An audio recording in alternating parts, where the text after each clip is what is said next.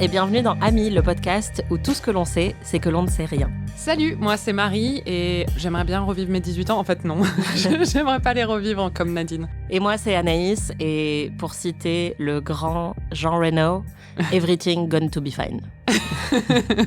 Cette semaine, on a un invité très spécial, Sofiane du podcast Lynchsplaining. Salut Sofiane. Salut. Dans Lynchsplaining, tu as décortiqué non seulement tous les épisodes de Twin Peaks, mais aussi toute la filmo de Lynch. Alors j'ai envie de dire, si vous n'avez pas encore écouté Lynchsplaining, qu'attendez-vous ? En plus, je veux pas dire, mais j'ai fait un petit caméo dans 1 ou 2 épisodes. 1 ou 2, ouais.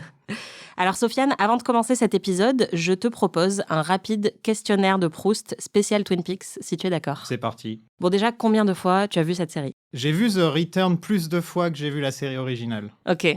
Parce que The Return, je l'ai vraiment vu plein de fois. Ah ouais ? Ouais. Combien de fois ? Je sais plus, mais je l'ai vraiment regardé plein de fois. Mais la série originale, j'ai dû la regarder, 4 fois, je dirais. Ce qui est déjà pas mal, hein. Mais pas tout en entier non plus, quoi. Ouais, bon, Voilà. J'ai quand même envie de dire niveau expert atteint. C'est qui ton personnage préféré ? C'est Pete. Oh je l'aime bien Pete. J'ai mis une seconde, je sais pas, c'est qui Pete ? Non, c'est Pete Martell, pardon. Ouais, j'aime bien C'est Pete. Pete Martell, je l'adore. Ouais, Pourquoi ? En fait, il y a un truc que j'aime bien dans Twin Peaks, c'est qu'il y a des personnages qui n'existeraient que dans Twin Peaks. Nadine, par exemple, la dame à la bûche. Et je trouve que Pete, il a un peu ce côté-là. En plus, c'est Jack Nance, l'acteur fétiche de Lynch et son meilleur ami. En plus, c'est un des tout premiers personnages qu'on voit. Ouais, c'est un gentil. En fait. Marie est je très sais. émue. Il est très gentil, quoi. On le voit encore dans cet épisode-là dont on va parler. On voit encore... Ouais, il est un peu trop naïf. Enfin, il Oui, est un limite peu naïf, con, quoi. Enfin, voilà. mais ouais. Et Leland aussi. Ok, excellent choix. Moi aussi, j'aime beaucoup Leland. Même si je le suspecte d'avoir tué sa fille, mais... Mais à part ça, on l'aime bien.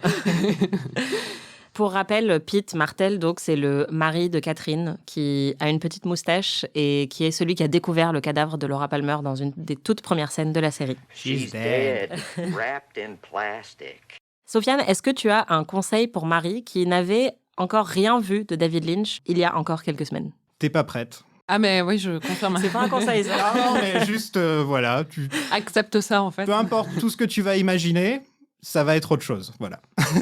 c'est Twin Peaks. Ah quoi. bah j'avais deviné 2-3 trucs, quand même. Oui, bien sûr, parce qu'il y a le côté soap opéra de Twin Peaks qui aide un petit peu avec les relations entre les personnages et tout.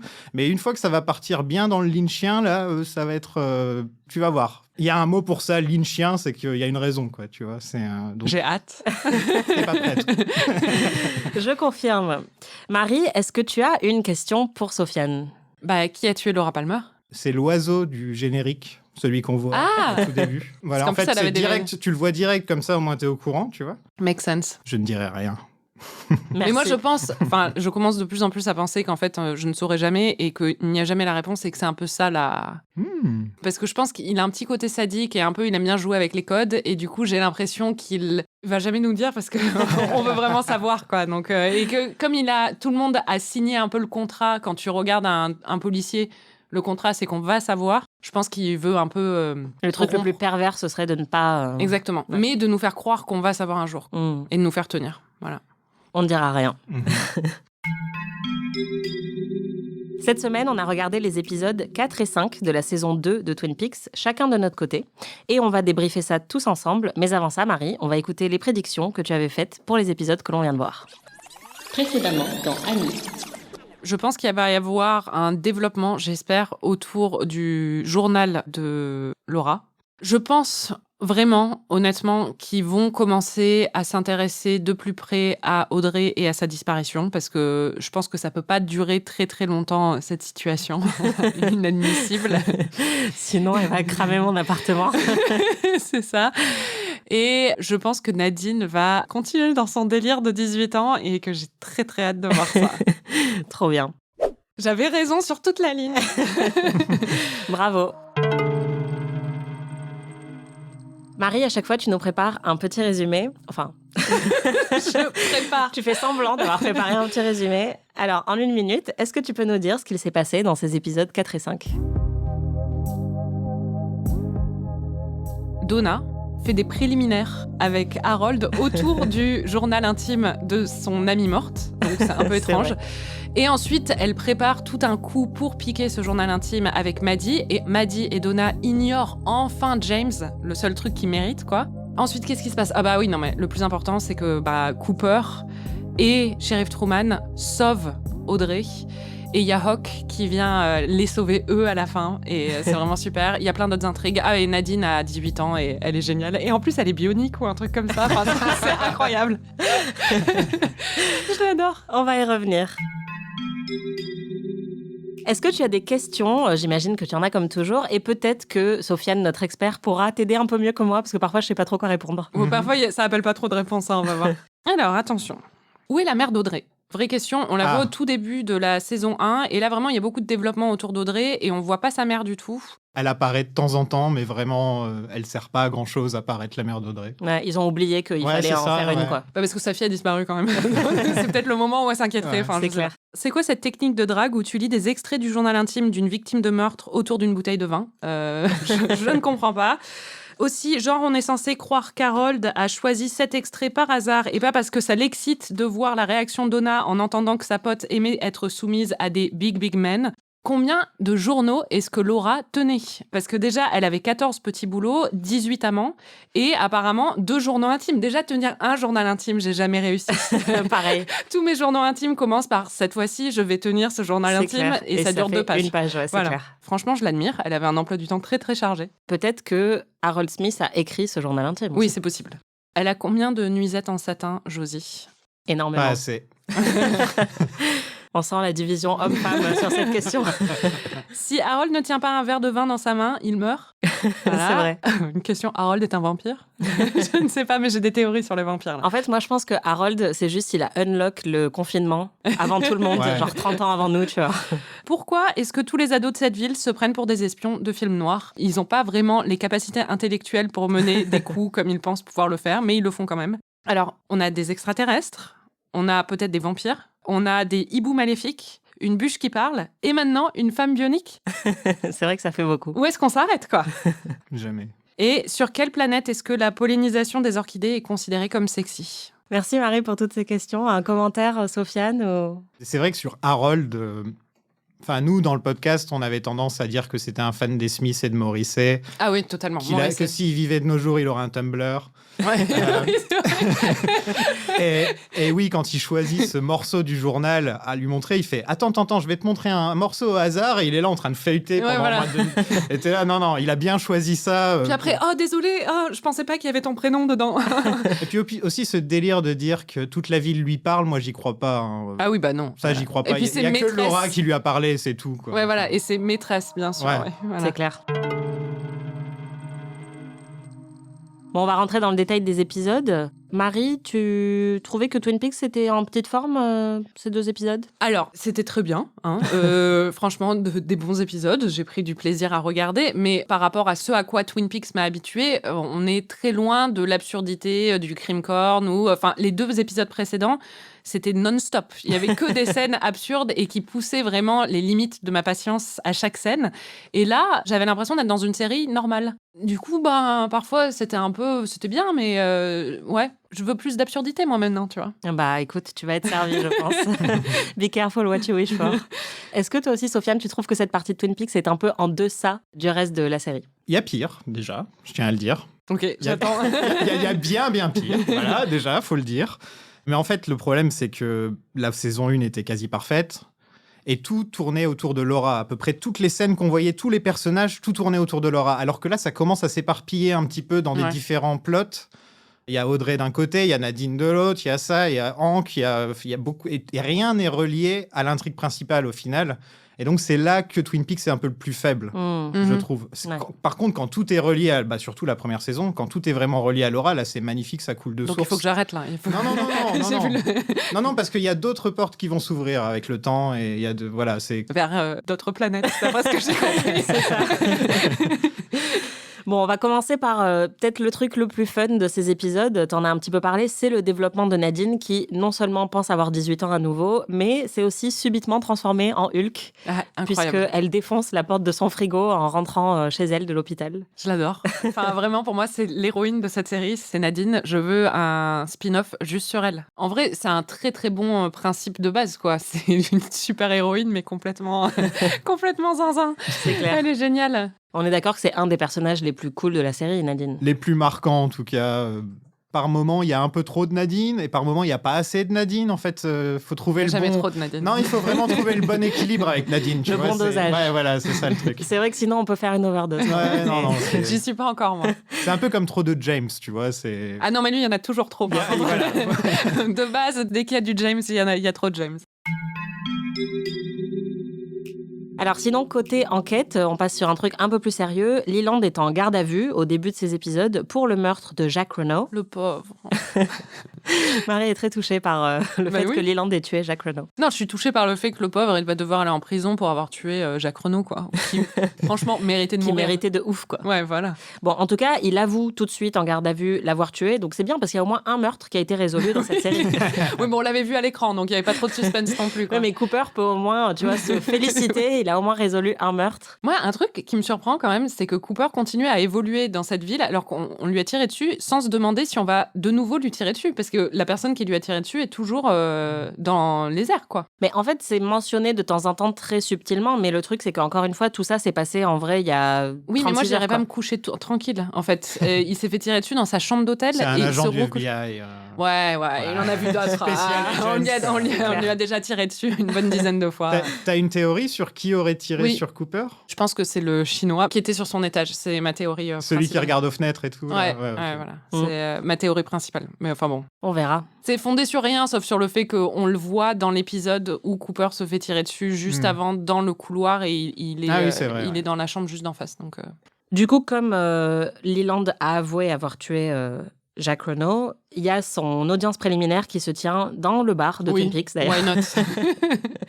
Ils n'ont pas de tribunal, en fait, je crois. Et d'ailleurs, en plus, c'est marrant parce que j'ai l'impression qu'ils avaient juste balayé le milieu de la pièce. Le reste est crade et il y a juste le milieu de la pièce qui a été balayé. Et sur le côté, je sais pas ce qu'il y a, il y a des copeaux de je sais pas quoi, mais j'étais là, vraiment, c'est cette ville... Il y a un côté western, en fait, avec le saloon où il y a qui est transformé en tribunal, quoi. Et même le juge en lui-même, on dit que c'est le dernier de la frontière. Il y a le shérif, il y a Cooper qui peut être vu comme le nouveau cow-boy qui vient d'arriver en ville. Ouais, c'est vrai. Il y a vraiment un côté western dans cette scène, je trouve. C'est ça. Mais le problème avec cette scène, Marie, c'est que tu étais encore une fois très impatiente parce que ça repoussait un petit peu une autre intrigue qui t'intéressait plus. Je veux pas dire j'étais contente parce que Cooper a enfin compris où était Audrey et il a même dit au shérif.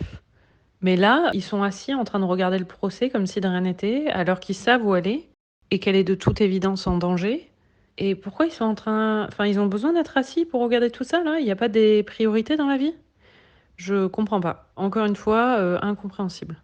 Marie est outrée. C'est juste, oui, je suis très impatiente de nature. Et en l'occurrence, là, ça fait déjà 4 épisodes que j'attends qu'il aille sauver Audrey, donc c'est bon, quoi. Et là, il sait où elle est, en fait. Mais il passe sa journée au tribunal. Il n'a pas besoin d'être au tribunal. Il sait où elle est avant. Il a trouvé la lettre, déjà ? Je suis pas sûre, hein. Ah non, c'est vrai. C'était totalement injustifié, tu as raison, parce qu'en fait, il ne sait pas vraiment où elle est avant. Il sait qu'elle a été kidnappée par... Il sait qu'elle est au Canada. Donc il pourrait, je veux dire, partir demain au Canada et commencer à la chercher, quoi. Oui. Si on suit ta logique. Voilà. Bon, autre rebondissement quand même très important, enfin je sais pas si c'est très important, mais Josie revient. Alors, non, mais elle, je peux pas, quoi. Enfin, vraiment, au début, je la trouvais tellement cool. Enfin, juste parce qu'elle s'habillait bien et qu'elle était hyper belle, mais elle est insupportable. Mais d'ailleurs, j'étais insupportée. What is it? Josie. Quelle menteuse, elle. Catherine died in the fire. God, no. Oh, please. Quel faux cul. We're planning a service, but they haven't found the body. Oh, Pete. In a couple of days, we'll go ahead. I don't know exactly Eh ben, quelle what will be comédienne. buried. Clairement, il y a entourloupe avec Josie. C'est vrai qu'elle en fait un peu des caisses Non, mais avec on le sait Pete, depuis mais... longtemps qu'il y a un tourloupe avec Josie. Oui, mais là, ça se concrétise parce qu'il y a un mec qui lui rend visite, qui est d'ailleurs le fameux homme asiatique. C'est vrai que vous m'avez invité pour les épisodes Péril jaune un petit peu, où c'est vrai. super raciste sur les bords. Ah ces non, mais épisodes. alors, voilà. C'est j'ai les une 2-3 question. épisodes de la série où c'est quand même vachement raciste. J'ai une question quand même. Il y a une yellowface. L'homme japonais, c'est pas un homme asiatique en fait, c'est un homme blanc déguisé en asiatique. Vous pouvez pas me dire parce que en fait c'est un personnage de la série qui s'est déguisé, d'accord, ok.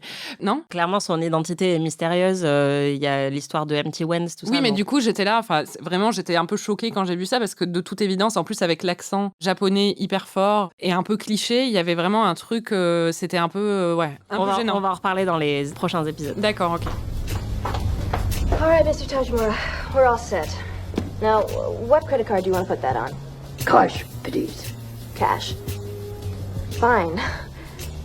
Where did you say you traveled from, sir? Seattle. Seattle. Well, that's not such a long trip then. Le truc avec Josie quand même, et c'est ce que j'avais dit depuis le début, c'est que je trouvais que son mauvais anglais sonnait vraiment très c'est à chaque fois des expressions qu'elle maîtrise mal et tout ça, et là son truc de genre biographical clock, j'étais là, ok meuf. Et en fait juste après quand elle parle à cousin Jonathan, l'homme chinois qui était à l'hôtel et que je suspecte d'avoir tiré sur Cooper, là, il retrouve Josie et elle le présente comme son cousin Jonathan, mais de toute évidence, ça n'est pas son cousin. Peut-être que c'est son cousin et que c'est juste une affaire familiale. Mais enfin bon, ils travaillent tous les deux pour Monsieur Eckhart ou un truc comme ça, qui était sur un projet par rapport à la Syrie. Je me suis dit, mais vraiment, la Syrie, elle vaut tant d'argent que ça et elle est si précieuse que ça, que ce monsieur de Hong Kong investisse pendant 6 ans sur une affaire pour ça. Il y a Anguille sous roche, doit y avoir, je sais pas, il y a une soucoupe volante qui est cachée là-bas ou un truc comme ça, parce que je sais pas pourquoi il s'intéresse autant à ça, surtout qu'apparemment ça vaut à peu près, le projet immobilier en tout cas, il vaut 5 millions, c'est rien. C'est littéralement le prix d'un appartement à Hong Kong, quoi. Et quand Josie parle à cousin Jonathan, comme par hasard, son anglais est absolument parfait. Pete, meet my cousin Jonathan. Jonathan? You thinking cousin have some Joe? After a long flight, I'll help him reset his biographical clock. That's biological. I think so. I just made a fresh pot. Here, cup of Joe coming up. Don't know how you last 6 years. Nothing but hayseeds and manual laborers. Well, we all got our job to do. Yours is nearly finished. The sale of the mill and the packet lands. Signing the contract soon. I need Pete's signature. He's Catherine's heir. Will that be difficult? No. Et il n'y a aucun problème de grammaire ou d'expression ou des choses comme ça, donc j'étais là, ouais meuf, enfin elle leur joue du pipeau depuis 6 ans, quoi. J'avais pas remarqué ça, tiens. Qu'elle avait pas l'accent. Elle a toujours un petit accent quand même, mais il y a aucun problème. Elle en fait moins des caisses. Il y a aucun problème de syntaxe, par exemple, et donc tu sens que elle a une maîtrise de l'anglais où elle dirait pas biographical clock. Clairement, les conversations qu'ils ont, elle dit à ce mec dont on ignore encore un peu l'identité, elle lui dit on a chacun notre boulot à faire. Enfin, ils sont en train de manigancer quelque chose et on ne sait pas encore un peu l'étendue de. Mais c'est international. C'est un complot. Exactement. Il y a un pourquoi des gens de Hong Kong sont intéressés dans Twin Peaks, un trou paumé entre 3 collines. Mais peut-être la même raison pour laquelle les extraterrestres s'intéressent à Twin Peaks. Oui, parce que ça aussi, moi je trouve ça très suspect que des extraterrestres s'intéressent à la disparition de Laura Palmer. Et il y a cette scène particulièrement gênante. Moi, dans mes notes, j'ai écrit Josie, c'est vraiment une tepu.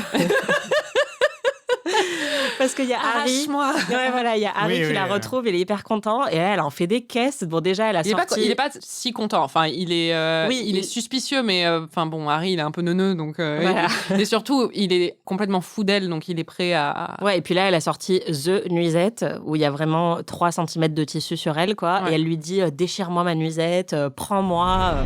Help me. Take me. Josie. I want you to take me. Josie, why?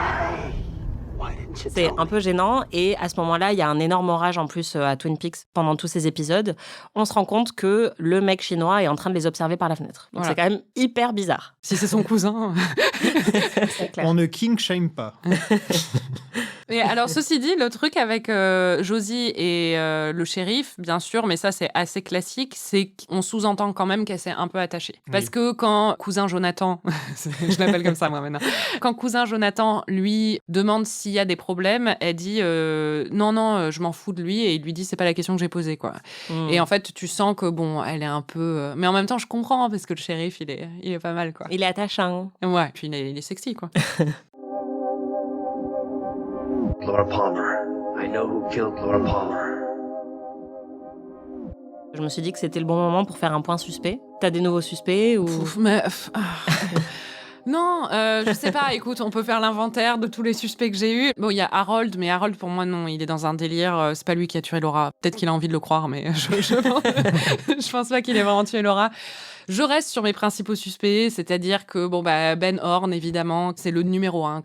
Là, il était vénère en plus que Leland soit libéré sous caution. Enfin, tu sens qu'il est toujours, il baigne toujours dans des trucs merdiques et puis que c'est un mauvais mec. Mais ce serait tellement évident que ce serait un peu chiant. Leland, je maintiens que c'est une possibilité qu'il ait tué sa fille.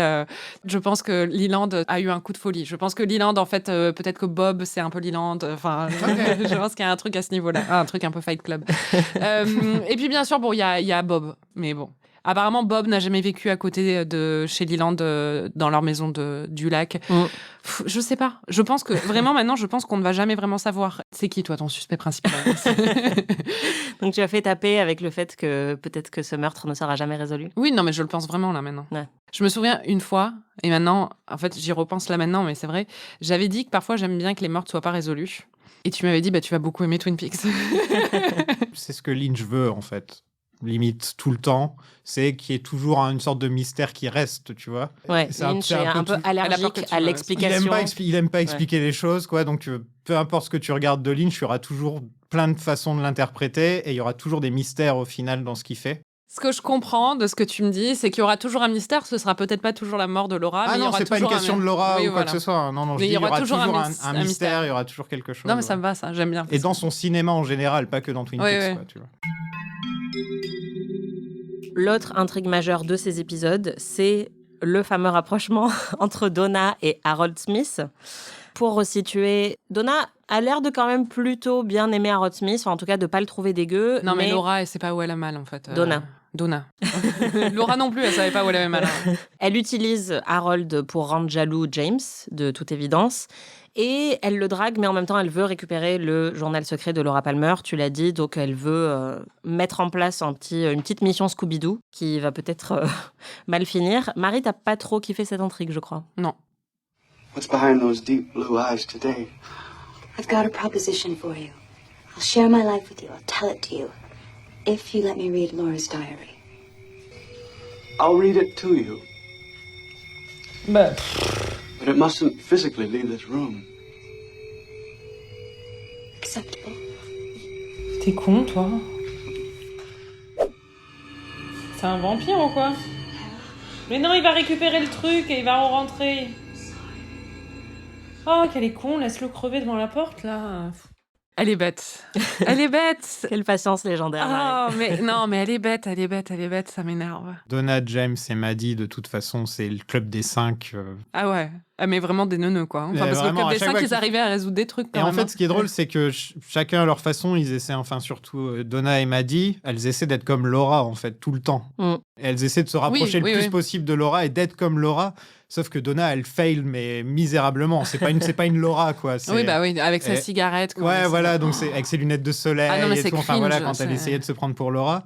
Et Maddie, c'est pareil, c'est qu'elle ressemble comme deux gouttes d'eau à Laura, mais elle est tout l'opposé de Laura en tant que personne. James, il essaie d'être bad boy, alors que c'est pas du tout un bad boy, il est chiant comme la pluie. C'est pas les plus passionnants. Et là, avec Harold aussi, il est dans un délire où il se prend beaucoup plus... Enfin, je sais pas, lui, il est loin, quoi. Mais... Moi, je supporte pas Harold comme personnage. Enfin, après, c'est aussi l'acteur, enfin, sa tête me revient pas. Oui, mais c'est voulu. Principe, non? Ouais, voilà, c'est voulu. Clairement, il est un peu crispant. Moi, j'avoue qu'il est vraiment tout en bas de ma liste. Si je devais classer les personnages de Twin Peaks, pour moi, c'est un des pires. Je sais pas si, Sofiane, tu as une opinion sur Harold Smith? Sur Harold Smith, on se moquait de lui énormément dans le podcast à longueur de temps. C'était un peu notre... Ça veut dire qu'il reste longtemps parce que non. J'en peux déjà plus. Non, mais enfin, c'était un personnage et c'est marrant parce que c'est le personnage préféré avec Audrey de Charlotte Bloom. C'est marrant, vrai, quoi. Ouais, elle l'adore, tu vois, alors que moi, c'est Charlotte Bloom qui était une intervenante du podcast, voilà, et elle, c'était un de ses personnages préférés, alors que moi, c'est plus... Enfin, tout ce qu'il fait est très gênant, quoi. Enfin, dès qu'il fait ou dit un truc, c'est gênant. Il accueille Donna chez elle et lui dit « Tu veux de la compote ?» Propose-lui un verre d'eau ou je sais pas, mais de la compote, c'est hyper chelou. Non, puis tu sens qu'il essaie de se donner un air de séducteur. Il a toujours un verre de vin dans la main, comme si c'était un espèce de grand gentleman, enfin, je sais même pas. Et Et quand il parle de ses conquêtes, t'es là, mais t'as 0 conquête, mec, tu sors pas de chez toi, arrête. C'est la meuf qui te livrait tes repas à domicile, qui est littéralement couchée, enfin, désolée pour Laura, elle est couchée avec la moitié du comté, quoi, qui lui a prêté un peu d'intérêt. Je suis même pas sûre qu'elle ait fait quoi que ce soit avec lui, juste elle lui a parlé 3 heures. Et puis il est quoi, Harold, au juste? Parce que s'il était agoraphobe, il tomberait pas dès qu'il passe le palier de sa porte, quoi. Enfin, justement, c'est un peu notre minute théorie du complot de cet épisode. Voilà, où c'est le moment où on essaye d'expliquer quelque chose qui n'a absolument pas besoin d'être expliqué parce que c'est Twin Peaks et qu'on n'aime pas expliquer Twin Peaks. Mais à ton avis, Marie, pourquoi Harold ne sort pas de chez lui? Alors moi, ma théorie, c'est qu'il a le syndrome du côlon irritable. Parce que... C'est pour ça qu'il quitte la pièce à un moment et m'a dit rentre et tout. C'est pour ça, en fait. Okay, ouais. Parce que je me suis toujours demandé où il va. Parce que c'est ça. Mais c'est ce moment-là où je me suis dit qu'il avait le syndrome du côlon irritable. Il va rendre des cassettes. Qu'est-ce qu'il fait, en fait? Non, mais exactement. Merci, tu as compris. Voilà. Le truc, c'est qu'en fait, déjà, il sort pas de chez lui parce qu'il a peur de pas avoir de toilette à l'extérieur, très clairement. C'est ma théorie. Après, qu'il s'écroule, bon, c'est une crise d'anxiété, quoi. Mais du coup, il sort pas de chez lui parce qu'il faut toujours qu'il sache où il y a des toilettes. Et ensuite, au moment où il embrasse, d'un coup, il doit s'échapper, mais c'est parce que d'un coup, ça se liquéfie, quoi. Évidemment. Là, je pensais que t'allais dire genre, ouais, il y a un truc dans les bois. Non. Il a le syndrome du côlon irritable, c'est sûr et certain. Est-ce que toi, tu avais une théorie différente, Sofiane? Sur Harold? Ouais. Non, sur Harold, je pense que c'était juste un mauvais personnage. C'est tout ce que C'est une bonne théorie aussi. Moi, j'avoue que c'était un peu moins fun, mais je pensais que juste, il fait partie de ces gens qui pensent qu'ils sont allergiques aux ondes électromagnétiques, comme Chuck dans Better Call Saul. Ouais, voilà. C'est ce que j'avais dit aussi. Et dès qu'il sort, il est là, oh, il faut absolument que je rentre, alors que mec, t'as rien du tout, calme-toi. C'est psychosomatique. Ouais. Exactement. Mais écoute, je préfère vachement ta théorie, en fait, Marie, je trouve ça génial, donc on va rester là-dessus. Ça rend Harold beaucoup plus intéressant. Et sympathique. Alors, on l'a dit, Maddie et Donna, moi, ce que j'apprécie quand même beaucoup dans toute cette intrigue, c'est qu'elles bisutent un peu James, qu'elles lui disent « c'est bon, t'occupes, on fait notre petite mission entre nous ». Donna va séduire Harold pendant que Maddie récupérera le journal secret. Oh, mais quel plan de merde. Ça ne marche pas du tout, mais c'est incroyable. Ça ne jamais marché, en fait. Elle ne connaît même pas la disposition de chez lui, comment elle va l'éloigner. C'était nul du début à la fin comme plan. On va attendre qu'il aille pisser. Oui, voilà. Et tu vas t'introduire et tu vas tourner le truc. Parce que lui, il revient et il y a Maddie au milieu de son salon, quoi. Tu vois, et puis en plus, il aurait pu partir juste pour 2 minutes. Là, apparemment, il est parti pour 10 minutes, ce qui confirme ma thèse. Mais si elle lui avait donné juste de l'Indien, par exemple, au moins, elle aurait été sûre de l'éloigner pendant assez longtemps pour qu'elle puisse trouver le journal. Je dis ça, je dis rien. Donc, il revient quand Maddie est en train, littéralement, elle touche tous les boutons des étagères pour enfin trouver le truc. Elle est aussi discrète que le dinosaure dans la cuisine dans Jurassic Park, quoi. Donc, il les voit et il sort une espèce de griffe et je sais pas s'il se griffe le visage parce qu'on dirait qu'il fait une traînée de sang, mais on dirait pas qu'il se griffe vraiment, on dirait qu'il y avait du sang. C'est les effets spéciaux qui ont merdé. Ah d'accord, voilà, c'est ça. Parce que j'étais là, peut-être qu'il y avait du sang sur la griffe. Non, on voit le sang avant qu'il pose la griffe. Oui, voilà. Mais c'était clairement une erreur de tournage. Donc bon, il se griffe le visage et il dit vous voulez c'est quoi, vous voulez savoir un mystère C'est la douleur de savoir qui nous a tués, un truc comme ça. Ouais, voilà, et ça Laura elle voulait savoir aussi. Do you know what the ultimate secret is? You want to know? Laura did.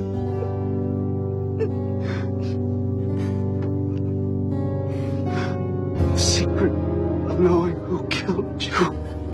Oh. Franchement, juste ce qu'il dit, ça me rappelle le fait... Laura, elle avait beaucoup de problèmes. Tu te demandes d'où ça vient quand même, parce que normalement, elle a des parents qui ont l'air assez équilibrés. Ce qui confirme encore ma théorie de Leland, il y a quelque chose... c'est pas net.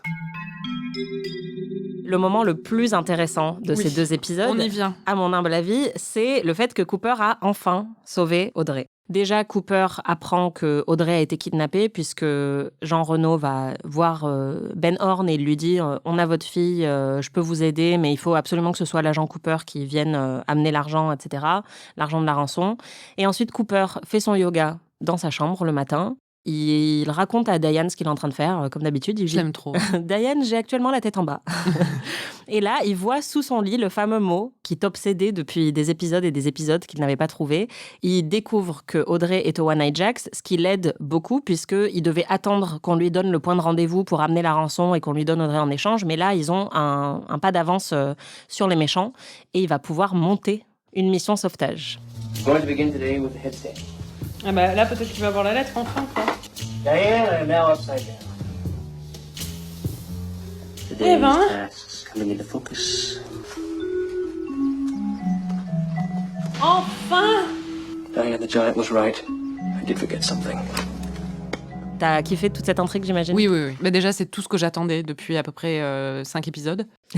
J'ai adoré aussi quand il arrive dans la chambre où Audrey, elle est évanouie, elle a été droguée. Il se penche sur elle et on continue un peu avec la métaphore filée du conte de fées. Parce qu'on dirait vraiment le même cliché que dans La Belle au bois Blanche-Neige dormant, et La Belle au bois dormant, quand le prince charmant se penche sur la belle endormie et qui vient la sauver, quoi. Toute cette scène, j'ai beaucoup aimé. À la fin, on pense qu'ils sont menacés, mais il y a Hawk qui vient les sauver. Et ça aussi, j'ai beaucoup aimé. Alors, il y a un autre truc que j'ai adoré, moi, dans ces épisodes, c'est la bromance entre Harry et Cooper. Oui. Puisque Cooper, il est embêté parce qu'on lui demande de faire cette mission de manière un peu officieuse. Et il dit à Harry, j'ai besoin de quelqu'un des Bookhouse Boys pour m'aider parce que voilà, je peux pas y aller en tant qu'agent du FBI. Trouve-moi ton meilleur homme. Et Harry lui dit, oui, il te retrouvera ce soir au bar. Et c'est Harry qui le retrouve. Et franchement, j'adore cette scène. Je crois d'ailleurs que, Sofiane, tu as une petite théorie sur la relation entre Harry et... Ah bah ouais. Moi, je les ship grave. C'est mon plus gros ship de Twin Peaks, Harry et Cooper. En vrai, ce serait bien. Hein. C'est vraiment... on le sent, quoi. Ils se regardent avec les yeux qui brillent à chaque fois. Ouais. Les deux. Donc, il y a beaucoup d'admiration entre les deux. Il y a un truc, quoi. Donc, voilà. Non, c'est vrai. Mais ouais, moi, c'est une de mes parties préférées de toute cette saison, d'ailleurs, le sauvetage d'Audrey au One Night Jacks. Bon, j'étais très fière d'avoir trouvé à peu près une demi-seconde avant qu'on le découvre que c'était Hawk. Parce qu'en fait, ils sont menacés par un homme avec un revolver et on voit que quelqu'un lui envoie un couteau et qu'il s'écroule et on découvre après qui c'est. Et j'étais très fière de moi. Anaïs a dit, t'es vraiment une première dans la classe. Insupportable parce que j'étais hyper fière de moi d'avoir trouvé qui c'était, mais c'est vrai que je l'ai trouvé 2 secondes avant. Ah, c'est Hawk. Il les a entendus. Il était suspicieux. Il savait pas. J'en étais sûre. Ah. Hawk, il vient de tuer un mec, genre normal. Oui, il s'en fout. C'est vrai. Ça, ceci dit. Il y a un côté quand même. Tout ce qu'ils font, c'est des trucs que la plupart, c'est la première fois qu'ils font dans leur vie, quoi. Une attaque comme ça sur un One Night Jack. Enfin, je pense pas qu'à Twin Peaks, ils font souvent des descentes au Canada. Hawk, je pense qu'il a vu des choses dans sa vie. Ouais, mais Hawk, on sait pas ce qui lui est arrivé dans sa vie avant, mais il a fait des choses. Sofiane, je sais pas si tu le sais, mais Marie est une fan absolue d'Audrey. Est-ce que toi aussi, tu fais partie du fan club d'Audrey Horne ? Audrey, c'est un peu une porte d'entrée assez facile dans Twin Peaks, parce que c'est un peu la liberté, je fais ce que je veux, je suis libre, je suis Audrey, et donc il y a un petit côté très attirant avec ce personnage-là, au final. C'est un des meilleurs personnages, je trouve, Audrey. Là, je suis pas un grand fan de son utilisation dans ce début de saison 2, parce que elle est endormie, elle est maltraitée, elle est droguée. Je la préfère quand elle est en mode faire des monologues, beaucoup plus comme dans la saison 1 où elle était très charmante. Dans tout ce qu'elle disait, elle était très intelligente, très vive. Voilà, très vive. Et là, c'est un peu triste, les derniers épisodes. Elle attend Cooper qui doit venir la sauver. Puis elle est infantilisée, en fait. Ouais, voilà. Parce que justement, moi, je la trouvais beaucoup plus... Même si elle est très jeune dans la première saison, parce qu'on établit qu'elle a 18 ans et tout ça, elle fait un peu femme fatale. Moi, c'est ça que j'aimais, c'est que toutes les héroïnes de la série, je trouvais qu'elles subissaient beaucoup, elles étaient pas beaucoup dans l'action, alors qu'elles étaient beaucoup, enfin maintenant elles sont plus, mais elles étaient beaucoup dans l'action et dans le contrôle, alors que les autres... Et là, elle est complètement passive depuis le début de la saison, donc c'est un peu frustrant. Ouais. C'est un personnage très proactif, donc une fois que tu la mets allongée dans un lit à rien faire, c'est dommage, c'est du gâchis. C'est du gâchis.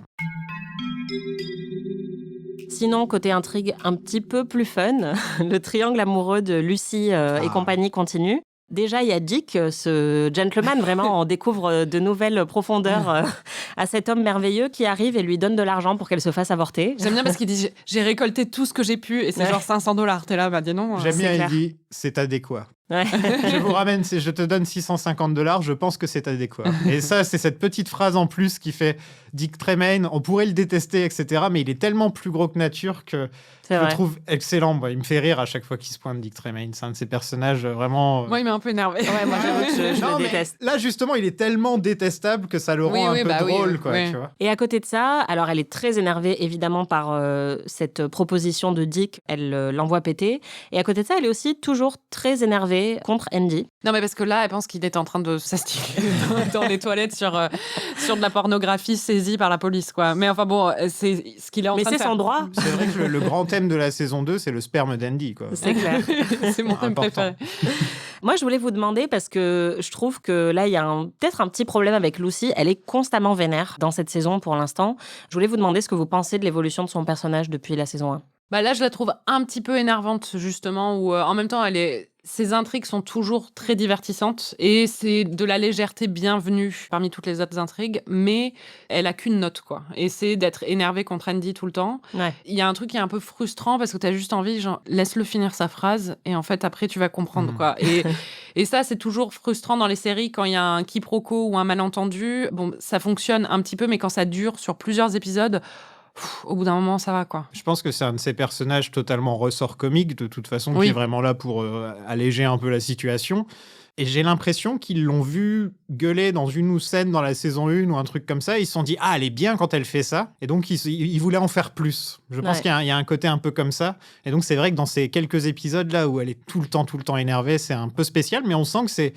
Je sais pas si c'est le scénariste ou le réalisateur qui s'est dit « Ah, je l'aime bien dans cette situation-là », parce que je pense que c'est un choix vraiment voulu, quoi. Ouais, mais c'est un peu too much. Et puis, il y a un autre truc, moi, qui m'a un petit peu chagrinée dans ces épisodes, c'est que Cooper et Harry sont un petit peu sexistes avec elle aussi, où déjà, Cooper lui dit « Bon, ça ferait du bien à tout le monde si, en gros, t'arrêtais d'être énervé, quoi. » En même temps, ça ferait du bien à tout le monde si elle arrêtait d'être énervée. Oui, mais la manière dont il lui parle, où il lui dit « Mais en fait, vous savez pas vraiment ce que vous voulez, tu vois, alors qu'il connaît pas sa situation. » Il juge, Ouais, et après, quand il en parle à Harry, et Harry lui dit « Non, mais essayez de comprendre ce qui se passe dans la tête de Lucy ou dans la tête des femmes, c'est comme essayer de réparer les nids de poules dans la route. » Il y a un truc un peu, c'est des femmes, elles sont tout le temps en train de pleurer, quoi.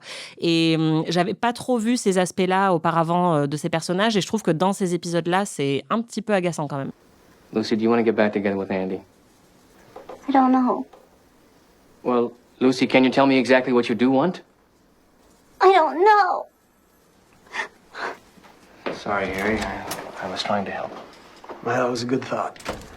But it's like trying to fix those potholes over in Highway 9. First heavy rain and... You've been down this road before. Sure have.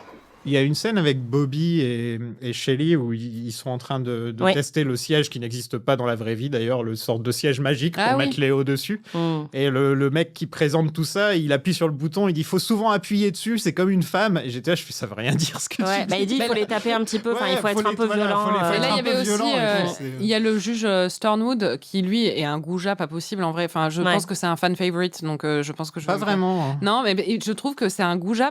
Il est présenté comme un gentil papy bienveillant, mais en 2021, tout le monde dirait c'est un creep, quoi. Il dit à Lucy de lui faire un câlin tout de suite en arrivant. Il fait un câlin beaucoup trop long à Lucy, alors qu'il fait pas de câlin à Cooper. Il compare les femmes à des juments. C'est un cow-boy, quoi. Et il demande à sa greffière de préparer des cocktails, quoi. J'étais là, c'est pas son boulot. Et ils vivent ensemble dans un camping-car, les deux. Ouais. Le juge, c'est marrant, c'est qu'on dirait que c'est quelqu'un qui essaie de faire un personnage lynchien et qui fail un peu. Enfin, on dirait, on va lui faire parler de Valhalla, alors que dans les faits, c'est un juge qui laisse partir un mec qui a tué quelqu'un, sous excuse que ça fait 75 ans que sa famille habite dans la ville, quoi. Mais il a bien raison. Non, mais c'est vrai. L'excuse, il y a Sheriff Truman qui se lève et qui dit ça fait quand même des générations que sa famille habite là. Il pourrait pas avoir tué quelqu'un. C'est pas qu'il pourrait pas, parce qu'il reconnaît avoir tué quelqu'un. Là, c'est que... Non, il dit non coupable. Oui, il dit non coupable parce qu'il clame... il plaide la folie passagère. Mais en fait, le truc de ça fait 75 ans que sa famille est là, c'est pour établir le fait qu'il va pas s'enfuir ailleurs parce qu'il a pas d'autres familles. Enfin, moi, c'est comme ça que je l'ai perçu. Dans les décisions comme ça sur liberté, sur caution, c'est vraiment de savoir si la personne est at flight risk et pourrait s'enfuir. Donc là, c'est un élément qu'il est tellement installé dans cette communauté que c'est pas dans son intérêt de partir. Il y a un petit côté quand même... Frontier Justice, je sais pas comment dire ça, je suis désolé. Oui, la justice de l'Ouest. Justice de l'Ouest, voilà, exactement. Où il a tué ta fille, donc t'as le droit de le tuer. Il y a un petit côté comme ça dans cet épisode. Je suis bien d'accord. Loi du talion. Marie, elle approuve à fond, donc je sais pas, moi. Il y a aussi un personnage mystérieux qui fait son apparition à Twin Peaks, tu en as déjà un petit peu parlé, c'est Monsieur Tojamura, un riche client japonais qui séjourne à l'hôtel du Grand Nord, et tu avais peut-être une théorie sur son identité. J'ai l'impression je crois que c'est l'avocat de Léo dans l'épisode 5 qui a le même nœud que son assistante là. J'ai l'impression qu'il est joué par le même mec qui joue le critique, qui était déguisé en japonais. Les deux ont l'air d'être déguisés en fait. Donc je me demande si c'est pas le même acteur. Je sais pas si c'est... Ah, l'avocat de Léo. Oui, ok, oui. ouais, d'accord. Mais je sais pas si c'est le même acteur. En tout cas, les deux avaient l'air déguisés. Le personnage qui est censé être un personnage japonais, pour moi, avait l'air d'être un homme blanc ou une femme blanche, déguisée, ou peut-être Un homme Josie, japonais. mais déguisé en homme japonais. C'est Josie déguisée en japonaise. Ouais, voilà. C'est clair. Non, mais en fait, je sais pas, mais de toute évidence, pour moi, c'est pas un vrai homme japonais qui s'est présenté à eux, quoi. Et... Sachant que, on l'a pas dit, il y a un critique gastronomique anonyme qui arrive à Twin Peaks, M.T. Wentz, et personne ne sait à quoi il ressemble, si c'est un homme, si c'est une femme. Et donc, quand Monsieur Tojamura arrive à l'hôtel, tout le monde pense que c'est lui. Donc, on ne sait pas si c'est vraiment lui ou pas, mais... Bon, entre nous, sans spoiler, tout ce qui est autour de Tojamura, c'est vraiment pas le meilleur truc de la série. Bah, c'est un peu l'impression que j'ai eue, parce que du coup, il paye 5 millions à Horn là, pour son projet immobilier. Là. Donc, oui, mais... ça fait pas partie des intrigues les plus Non, passionnantes. c'est pas passionnant, mais du coup, j'étais quand même intriguée et un petit peu inquiète quand même. Enfin, c'est un petit peu raciste, quoi. Ouais. Pour finir, avant de passer au MVP, à la meilleure réplique, Sofiane, toi qui traînes depuis longtemps, en tout cas depuis plus longtemps que Marie, dans le fandom de Lynch, quelle est la théorie du complot la plus ouf sur Twin Peaks ? Vous connaissez D.B. Cooper ? D.B. Cooper. Le mec qui était allé dans un avion et qui avait piqué de l'argent à tout le monde et qui avait sauté de l'avion et on sait pas qui c'est. Oui. Eh ben, il y a des grandes théories qui disent que c'est l'agent Cooper, quoi. Ah ouais ? Voilà. Donc ça, c'est une bonne théorie que j'aime bien parce que ça lie au vrai monde et tout. Enfin, j'aime bien la petite théorie que l'agent Cooper a été... Peut-être qu'il a été nommé après lui. Hein, justement, on s'était posé la question et on n'avait pas vraiment trouvé l'interview qui le disait, mais je pense que quand on voit un portrait robot de D.B. Cooper avec la cravate et tout, enfin, il y a un petit côté... il s'appelle Dale et c'est comme les noms sont jamais choisis au hasard. Dale, en plus, voilà. C'est ça. Marie, c'est qui ton MVP cette semaine ? Ah bah c'est Hawk qui a un peu sauvé quand même tout le monde, quoi. Qui tue un mec. Qui tue un mec et il a bien raison. Sofiane, t'as un MVP ? J'ai envie de dire Leland, vu qu'il sort il a réussi au final, ça va, il s'en sort pas mal, donc j'ai envie de dire Leland. Ouais, c'est vrai, allez, voilà. pour un mec qui a étouffé quelqu'un et tué sa fille. Ouais, ça va, il s'en sort bien, quoi. Et peut-être tuer sa fille, effectivement. Moi, mon MVP, c'est un cocktail qui est bu par Cooper, Harry et le juge, qui s'appelle un Black Yukon Sucker Punch, et qui est un cocktail à base de bourbon, de café et de chantilly. Ça a l'air génial. Marie, quelle est ta meilleure réplique ? Alors, attends. Tu vas encore avoir la même que moi, Je viens de trouver la mienne, c'est bon. C'est Andy qui dit... Désolé. Ça me saoule, putain. I'm a whole damn town. Oui, voilà, c'est ça. I'm a whole damn town. Parce qu'alors, Andy apprend que, en fait, ces spermatozoïdes qui, avant, n'étaient pas assez nombreux pour être viables, le sont aujourd'hui, et il note tout très précisément. La façon dont le secrétaire lui dit, c'est que le... Dr. Hayward, que j'ai soupçonné aussi d'avoir tué Laura à un moment. Oh, pas Doc Hayward. Ce serait le plus improbable. C'est le meilleur d'entre nous. Ce serait le plus improbable, justement. A dit qu'il y avait toute une ville maintenant dans son sperme. Et du coup, il dit « I'm a whole damn town ». Et c'était très drôle. Oui, parce que la personne, la standardiste, lui explique un peu pour les cons comment ça se passe dans son corps. Ouais, elle comprend très vite qu'il est nono. Ouais, voilà. Et elle lui dit, il n'y a pas qu'un pêcheur sur la berge ou je sais pas quoi, il y a toute une ville. Mais je pense que on a tous les trois celle-là parce qu'il n'y avait pas beaucoup de très bonnes répliques dans ces épisodes. Non, la mienne, c'est We need to say this to James ou un truc comme ça, où en gros... Elles sont en train de faire un truc et d'un seul coup, elles font genre, faut qu'on le dise à James. Et à chaque fois, je crie non. et on l'utilisait tout le temps dans Lynch Planning, il faut le dire à James. Donc voilà, c'était devenu un peu une private joke. Donc voilà, c'est ça. Moi, il y en a une autre que j'aime bien, c'est quand Cooper se réveille et qui dit à Diane, encore une fois, il active son magnéto et il lui dit I dreamt I was eating a large, tasteless gumdrop. I awoke to realize I was aggressively munching on one of my air pillow silicone earplugs. Perhaps I should keep a closer eye on my after-dinner coffee consumption. J'ai rêvé que je mangeais un très large chewing-gum sans goût. Et en fait, c'est parce qu'il était en train de manger sa boule caisse dans son sommeil. C'est vrai. Et qu'il faut qu'il regarde la quantité de café qu'il boit l'après-midi. Voilà. Sofiane, est-ce que tu dirais que Twin Peaks, c'est l'œuvre de Lynch qui donne lieu au plus d'interprétations ou de débats ? Difficile à dire, parce que il y a quand même des trucs comme Inland Empire où on en a parlé ensemble, où on n'est toujours pas sûr de ce qu'on a vu, tu vois.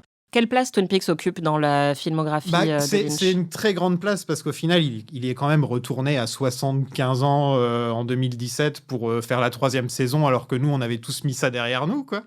C'est vrai. Je pense que c'est très important pour lui, à mon avis. Je pense qu'il aime bien la télé parce que ça lui permet de faire des trucs qu'il ferait pas vraiment au cinéma. Pouvoir développer des personnages sur le temps, avoir une intrigue qui prend vraiment plusieurs saisons, ce genre de choses. Et donc, je pense que ça s'y prête bien, Lynch et la télé, au final. Mais c'est pas pour tout le monde, quoi. C'est vraiment un truc qui peut pas être accessible à tout le monde, je pense, Lynch, quoi. Ouais. Surtout qu'il a quand même dit plein de choses pas très sympas sur la télé, de manière bien générale. sûr. Ouais. Mais ce qui est intéressant, c'est que la télé, aujourd'hui, est devenue l'espace d'exploration et d'expérimentation pour beaucoup de créateurs qui ne se retrouvent plus du tout dans le système du cinéma qui est devenu très fermé. Et donc, ça colle bien, effectivement, avec Lynch, qui a toujours été dans l'expérimental, de venir faire The Return à la télé parce que, en fait, il fait plus de films, quoi. Et donc, ça fonctionne bien, le fait d'être venu à la télé pour faire un de ses projets les plus barjots. Et en plus, si on se mettait à lister les séries qui ont été influencées par Twin Peaks, on sera encore là demain, quoi. Tu vois, j'ai prévu de le faire dans un prochain épisode. Non, mais c'est vrai, ça occupera tout l'épisode. Tu peux le trouver un tout petit peu dans chaque série, limite si tu regardes bien, quoi. Tu peux trouver un peu de Twin Peaks dans beaucoup de séries, en tout cas les plus grandes, quoi. Clairement. On passe aux prédictions. Marie, qu'est-ce que tu penses qu'il va se passer dans les 2 prochains épisodes ? Bon, James va venir sauver Maddie et machin, là. Il va y avoir des développements avec Harold, j'imagine. Je sens un découragement total non. Moi, ce qui m'intéresse, en fait, c'est Audrey, comment elle va se remettre, parce qu'on lui a quand même mis beaucoup de drogue dans le corps, la pauvre. Oui. Ben Horn, ça m'intéresse toujours, ce qui se passe à son niveau. Leland aussi. Ce que je crains un petit peu, c'est qu'on va beaucoup développer Tojo Amura, que le juge va rester aussi et qu'il va y avoir des nouveaux développements à ce niveau-là. J'imagine que Cooper et la greffière du juge, il a eu l'air assez séduit par elle dès la première fois où il l'a vue, donc je pense qu'ils vont peut-être tirer un peu un fil là-dessus aussi. Je pense pas qu'on va savoir qui a tué Laura Palmer dans les 2 prochains épisodes. J'ai perdu espoir de toute façon. Je pense quand même qu'il va y avoir des développements avec le manchot parce que là, il a disparu de la circulation. Je pense qu'il est en train d'être en plein trip dans les bois. Et je sais pas quand est-ce qu'il va revenir, mais j'imagine que dans les 2 prochains épisodes, parce que là, on était très concentrés sur Cooper, Audrey, le procès et les nouveaux personnages parce qu'il n'y en avait pas assez. Et là, je pense qu'on va revenir un peu sur Bob, le manchot, et voir un peu ce qui se passe à ce niveau-là, tout en explorant Harold, Tojamura, Went, Hank, qui apparemment est maintenant... s'est fait tabasser. Oui, il a été kidnappé par Jean Reno, là. Quand il fait son high kick à un moment, en jean, là. Moi, je l'ai trouvé impressionnant. Le mec, on vient de le réveiller, il est en pyjama, et il est prêt, il est en face d'un mec qui est clairement prêt à en découdre, et il se laisse pas démonter, quoi. Non, moi, j'étais là, mec, pied, t'as regardé Jackie Chan quand t'étais jeune, mais vraiment... Mais il a fait de la prison quand même. Moi, je me dis, il a un peu de street cred. Oui, mais en vrai, tu te bats pas comme ça en prison, quoi. Enfin, tu fais pas des high kicks. C'est vraiment le truc du mec qui a regardé trop de films. Elle est en prison, Marie. En plus, non, mais j'imagine qu'ils sont pas en train de faire du kung-fu à 2 balles en prison, tu vois. Ils se bastognent, quoi.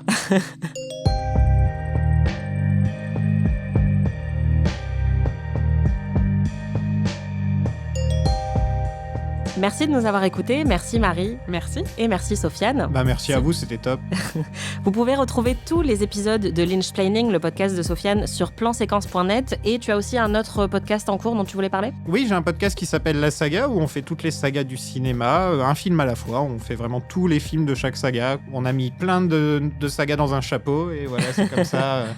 Trop bien. Oui, pour ce qui est de Lynchplaining, on a fait tous les Twin Peaks, donc les 3 saisons, et ainsi que tous les films de Lynch. Donc n'hésitez pas, ça peut accompagner ce podcast de très bonne manière, je pense. Exactement, il y a plein de fun facts sur la production, plein de choses, de détails dans lesquels nous on rentre pas forcément. Donc si vous voulez creuser un peu plus... J'ai une question, j'ai une question de néophyte. Donc moi, si j'écoute... Tu pourrais écouter, à la fin, on a une section spoilers, en fait. D'accord, ok. Ouais, non, c'est très bien fait. On va faire une petite pause de 2 semaines pour les fêtes, mais vous pouvez nous retrouver dès le 7 janvier dans notre autre podcast PIC TV pour un épisode spécial saison 3 de Succession. Et pour savoir si Marie a réussi à résoudre le meurtre de Laura Palmer avant l'agent Cooper, on se retrouve le 14 janvier. Ami est un podcast d'Anaïs Bordage et Marie Telling, produit et réalisé par Slate.fr sous la direction de Christophe Caron et Benjamin Ours. Production éditoriale, réalisation et montage, Aurélie Rodriguez. Musique, Victor Benamou.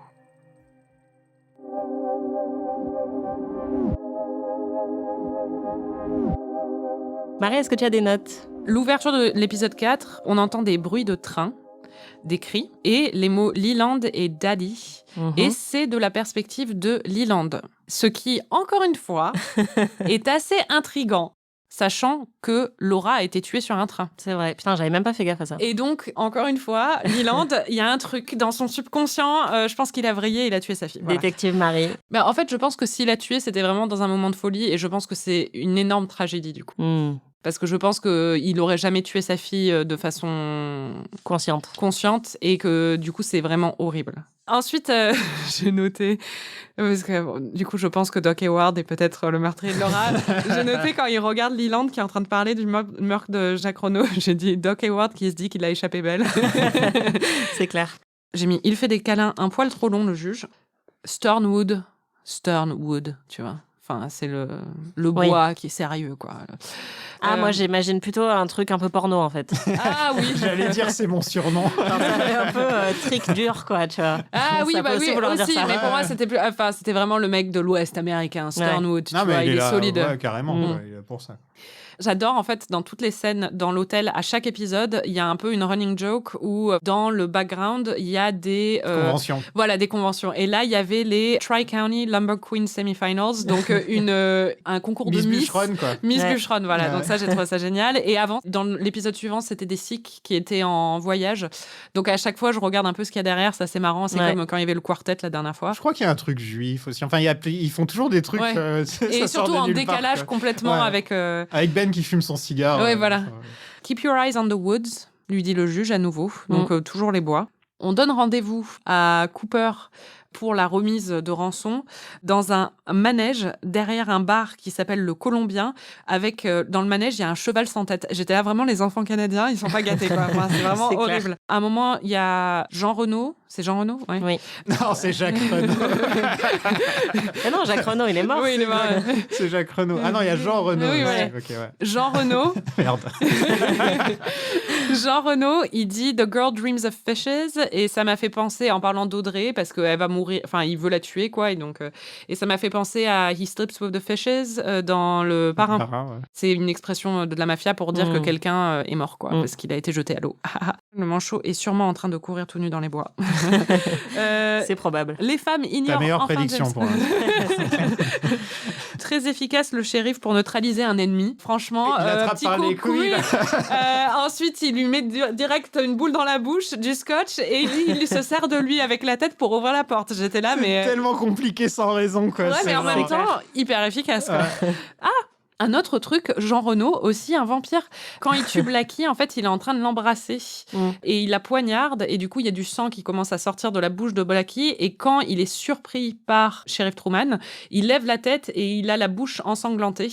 Et ça fait vraiment comme un plan de film de vampire où il y aurait un vampire qui vient de tuer quelqu'un et qui se lève. C'est vraiment évocateur de ça, quoi. Quel effort. C'est une référence à Buffy. Ah oui, j'ai oublié de préciser aussi que Marie déteste Big Ed. Enfin, je t'ai pas dit ça. Ouais. Oui, on en parlera. Je t'ai briefé un peu au début de l'épisode, Sofiane, mais je ne t'ai pas donné cette petite information très importante. Moi, j'avais noté aussi quand même qu'on apprend que Lucy et Andy, on a leur origin story, qu'ils étaient ensemble pendant 1 an et demi, mais qu'elle en a eu marre de lui parce qu'il ne possédait pas de veste en tweed. Il n'a pas de veste en cuir, il nettoie jamais sa voiture. Il nettoie jamais sa voiture, c'est important. Et il fait pas de sport. Ouais, mais en même temps, hein, tu sais. Ça se comprend, ça se comprend. On dirait moi. You go, Lucy. Et voilà, c'est fini.